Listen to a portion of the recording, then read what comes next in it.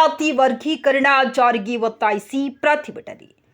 ಕೊಪ್ಪಳ ಒಳ ಮೀಸಲಾತಿ ವರ್ಗೀಕರಣ ಜಾರಿಗೆ ಒತ್ತಾಯಿಸಿ ಹಾಗೂ ಮಾದಿಗರ ವಿವಿಧ ಬೇಡಿಕೆಗಳಿಗೆ ಒತ್ತಾಯಿಸಿ ಮಾರ್ಚ್ 12ರಂದು ಬೆಳಗ್ಗೆ 11:30ಕ್ಕೆ ಜಿಲ್ಲಾಧಿಕಾರಿಗಳ ಕಚೇರಿ ಮುಂದೆ ಒಂದು ದಿನ ಪ್ರತಿಭಟನೆ ಧರಣಿ ನಡೆಸಲಾಗುವುದೆಂದು ರಾಷ್ಟ್ರೀಯ ಅಖಿಲ ಭಾರತ ಮಾದಿಗ ದಂಡೂರ ಮಾದಿಗ ಮೀಸಲಾತಿ ಹೋರಾಟ ಸಮಿತಿಯ ಸಂಸ್ಥಾಪಕ ರಾಜ್ಯಾಧ್ಯಕ್ಷ ಬಿ ಹುಸೇನಪ್ಪ ಸ್ವಾಮಿ ಮಾದಿಗ ಹೇಳಿದರು.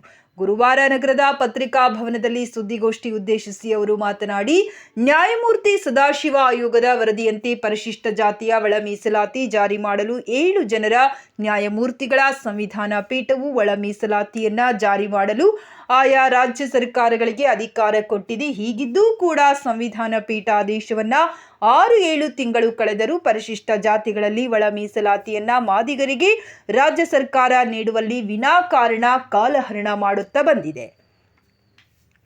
ದೇಶದ ಸರ್ವೋಚ್ಚ ನ್ಯಾಯಾಲಯದ ಸಂವಿಧಾನ ಪೀಠದ ಸದಾಶಿವ ಆಯೋಗ ವರದಿಯನ್ನು ಮುಚ್ಚಿ ಹಾಕುವ ಕುತಂತ್ರ ನಡೆದಿದೆ. ರಾಜ್ಯ ಕಾರ್ಯದರ್ಶಿ ಹೇಮರಾಜ್ ವೀರಾಪುರ ಮಾತನಾಡಿ, ರಾಜ್ಯ ಸರ್ಕಾರ ಪರಿಶಿಷ್ಟ ಜಾತಿಯ ಒಳ ಮೀಸಲಾತಿಯನ್ನ ಕೂಡಲೇ ಜಾರಿ ಮಾಡಬೇಕು ಎಂದು ರಾಜ್ಯ ಸರ್ಕಾರವನ್ನ ಆಗ್ರಹಿಸಿದರು.